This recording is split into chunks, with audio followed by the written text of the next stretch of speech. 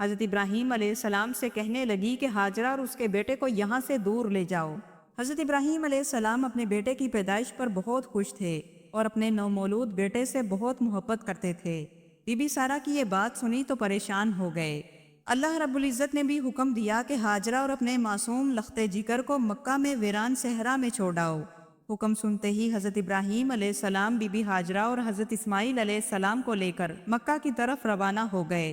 مکہ کی ویران جگہ پر پہنچے تو وہاں انہوں نے اپنے شیرخوار بچے کو اور اہلیہ کو بٹھایا، ان کے پاس پانی کا مشکیزہ اور چند کھجوریں رکھیں اور انہیں وہاں چھوڑ کر واپسی کا راستہ اختیار کیا تو بی بی ہاجرہ پیچھے سے آ کر کہنے لگی کہ ہمارے حال پر رحم کریں، ہمیں یہاں کس کے سہارے چھوڑ کر جا رہے ہیں؟ تو حضرت ابراہیم علیہ السلام نے فرمایا کہ اس پروردگار کے سہارے جس نے یہ حکم دیا۔ یہ سنتے ہی بی بی ہاجرہ کہنے لگی حسبی اللہ توکلت علی اللہ، میں نے اللہ کی ذات پر توکل کیا اور مجھے اللہ ہی کافی ہے۔ پھر حضرت ابراہیم علیہ السلام نے ملک شام کی طرف واپسی کا راستہ اختیار کیا تو چلتے چلتے مڑ کر بڑی حسرت سے پیچھے دیکھتے، جب نظروں سے اوچل ہو گئے تو ایک پہاڑی کے پیچھے چھپ کر ان کی حفاظت اور سلامتی کے لیے اللہ تعالیٰ سے عاجزی کے ساتھ دعا کی، اے میرے پروردگار، میں اپنی اولاد کو بغیر کھیتی کے اس وادی میں تیرے محترم گھر کے پاس چھوڑا تاکہ وہ نماز پڑھیں، پس تو لوگوں کے دلوں کو ان کی طرف مائل کر دے اور انہیں پھلوں کی روزی عطا فرما تاکہ وہ تیرا شکر ادا کریں۔ تو اللہ رب العزت نے بھی ان کی دعا کو ایسا قبول فرمایا کہ نہ صرف ایک بے بس عورت اور بچے کو آباد کیا بلکہ ان کے طفیل ایک پورا شہر آباد کر دیا، اور آج اسی دعا کے طفیل اہل مکہ ہر قسم کی نعمتوں سے مالا مال ہے۔ حضرت ابراہیم علیہ السلام حکم ربانی کی تعمیل میں اپنی اہلیہ اور شیرخوار بچے کو مکہ کے اس ویرانے میں چھوڑ کر چلے گئے۔ ناظرین محترم، جب تک مشکیزے میں پانی اور کھجوریں موجود تھی تو گزارا ہوتا رہا۔ جب پانی اور کھجوریں ختم ہو گئیں اور ماں کا دودھ بھی خشک ہو گیا تو حضرت اسماعیل علیہ السلام بھوک اور پیاس کی شدت سے تڑپنے لگے۔ حضرت بی بی ہاجرہ بے قرار ہو کر پانی کی تلاش میں نکلی، صفا پہاڑی پر چڑھی اور ادھر ادھر نظریں دوڑائیں کہ کہیں کوئی پانی کا نشان نظر آ جائے۔ ایک نظر اپنے بچے کی طرف بھی دیکھتی جو بھوک اور پیاس کی شدت سے رو رو کر ایڑیاں رگڑ رہا تھا۔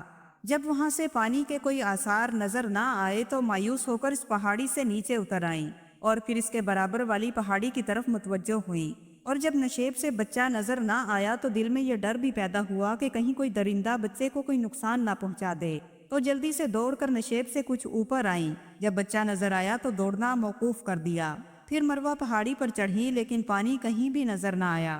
اس بے قراری کے عالم میں انہوں نے 7 چکر لگائے۔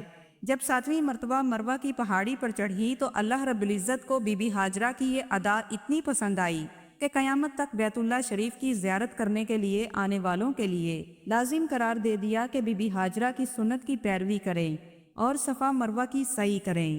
حضرت بی بی ہاجرہ کی بے کسی اور بے قراری کو یاد کریں تاکہ ان پر اللہ کی رحمتیں نازل ہوں۔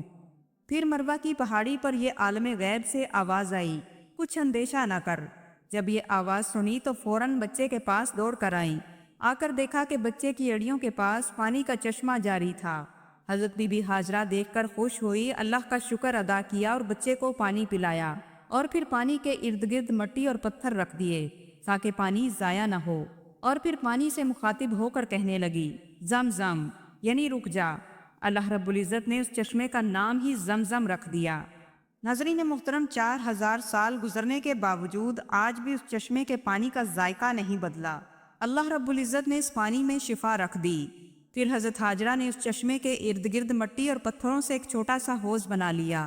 اتفاق سے یرہم قبیلے کا ایک قافلہ جو یمن کی جانب سے آ رہا تھا، انہوں نے دور سے دیکھا کہ پرندے اس جگہ پر اڑ رہے ہیں تو کہنے لگے کہ ہم یہاں سے پہلے بھی گزرتے تھے لیکن پہلے ایسا کبھی نہیں دیکھا گیا، لیکن معلوم ہوتا ہے کہ وہاں شاید پانی ضرور موجود ہے۔ تو انہوں نے ایک شخص کو معلوم کرنے کے لیے بھیجا۔ اس شخص نے آ کر دیکھا کہ ایک عورت ایک بچے کے ساتھ بیٹھی ہے اور قریب ہی پانی کا ایک چشمہ بھی جاری ہے۔ تو وہاں قافلہ آ گیا اور حضرت ہاجرہ سے وہاں ٹھہرنے کی اجازت مانگی، تو بی بی ہاجرہ نے تنہائی سے بچنے کے لیے انہیں وہاں ٹھہرنے کی اجازت دے دی، لیکن پانی کا تصرف اپنے ہی اختیار میں رکھا۔ پھر اسی طرح لوگ وہاں آ کر آباد ہونے لگے اور دیکھتے ہی دیکھتے وہاں ایک بستی سی آباد ہو گئی۔ حضرت اسماعیل علیہ السلام نے ان لوگوں سے عربی زبان بھی سیکھ لی۔ حضرت ابراہیم علیہ السلام اللہ کے حکم سے اپنی بیوی اور بیٹے سے ملنے آتے جاتے رہے۔ ینہم قبیلے کے لوگوں نے حضرت بی بی ہاجرہ اور حضرت اسماعیل علیہ السلام کے اخراجات اپنے ذمہ لے رکھے تھے، اور حضرت اسماعیل علیہ السلام کی پرورش بھی ہو رہی تھی۔ یہی وجہ تھی کہ حضرت ابراہیم علیہ السلام کو اطمینان سا ہو گیا۔ پھر جب حضرت اسماعیل علیہ السلام کی عمر 7 برس ہوئی تو حضرت ابراہیم علیہ السلام نے ذی الحجہ کی پہلی رات کو خواب دیکھا کہ اللہ رب العزت حکم دے رہے ہیں، اے میرے خلیل، میری رضا کے لیے اپنی پسندیدہ چیز کی قربانی کر۔ تو صبح ہوتے ہی چند بکریاں ذبح کر دیں۔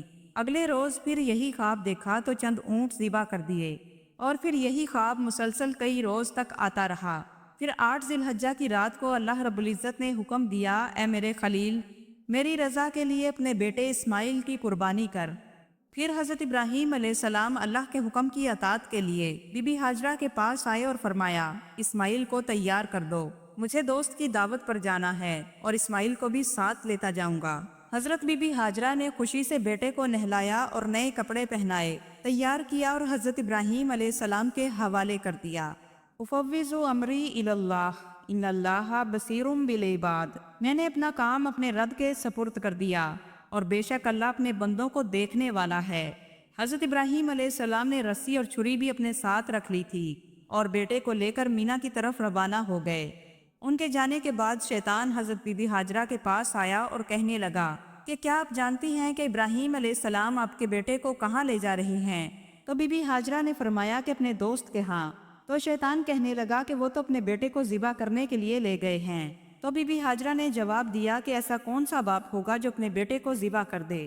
یہ سن کر شیطان کہنے لگا کہ آپ کی بات تو ٹھیک ہے، مگر انہیں اللہ نے حکم دیا ہے۔ تو بی بی ہاجرہ نے جواب دیا کہ اگر یہ حکم الہی ہے تو پھر ٹھیک ہے، میں دل و جان سے راضی ہوں۔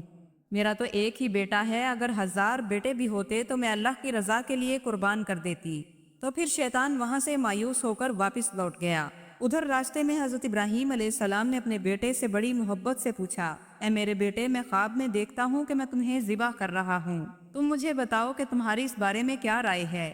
یہ سن کر حضرت اسماعیل علیہ السلام نے جواب دیا، اے میرے ابا جان، میری رگوں میں بھی آپ ہی کا خون دوڑتا ہے، آپ نے جو خواب دیکھا ہے اسے کر گزریں، میں تیار ہوں۔ تو حضرت ابراہیم علیہ السلام نے فرمایا کہ بیٹا تم کمسین ہو، کہیں حکم الہی کے لیے کوئی خلل نہ آ جائے۔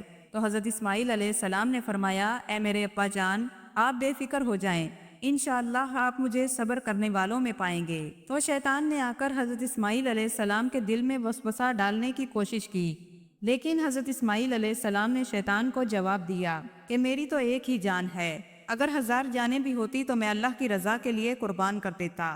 پھر شیطان حضرت ابراہیم علیہ السلام کے راستے میں آیا اور کہنے لگا، اے ابراہیم، اس بڑھاپے میں کیا کرنے لگے ہو؟ اپنے معصوم بچے کو قربان کرنے لگے ہو؟ تو حضرت ابراہیم علیہ السلام نے پتھر اٹھا کر شیطان کو مارا۔ روایات میں آتا ہے کہ شیطان نے 3 بار ان کا راستہ روکنے کی کوشش کی، اور تینوں مرتبہ حضرت ابراہیم علیہ السلام نے پتھر اٹھا کر شیطان کو مارے، اور وہ ہمیشہ کے لیے ذلیل ٹھہرا۔ پھر حضرت ابراہیم علیہ السلام نے حکم خداوندی کی تعمیل شروع کی۔ تو حضرت اسماعیل علیہ السلام نے کہا، ابا جان، چھری تیز کر لیں، میں پیشانی کے بل لیٹوں گا اور آپ اپنی آنکھوں پر پٹی باندھ لیں تاکہ ہم ایک دوسرے کو نہ دیکھ سکیں، کہیں محبت جوش میں نہ آ جائے اور پس ہمارے دلوں میں رب کا تصور ہو۔ پھر حضرت ابراہیم علیہ السلام نے بیٹے کو پیار کیا، دونوں تیار ہوئے۔ پھر زمین و آسمان اور فرشتے ٹکٹکی باندھ کر اللہ سے محبت کا وہ منظر دیکھ رہے تھے جس کی کائنات میں کوئی مثال نہیں ملتی۔ حضرت ابراہیم علیہ السلام نے آنکھوں پر پٹی باندھ لی، بیٹے کو پیشانی کے بل لٹایا اور گردن پر چھری چلانی شروع کی۔ اللہ رب العزت نے چھری کو حکم دیا کہ کاٹنا نہیں، اور حضرت جبرائیل علیہ السلام کو حکم دیا کہ فوراً جنت سے دمبا لے جاؤ اور اسماعیل کو چھری کے نیچے سے نکال کر دمبے کو رکھ دو۔ پھر چھری کو کاٹنے کا حکم دیا۔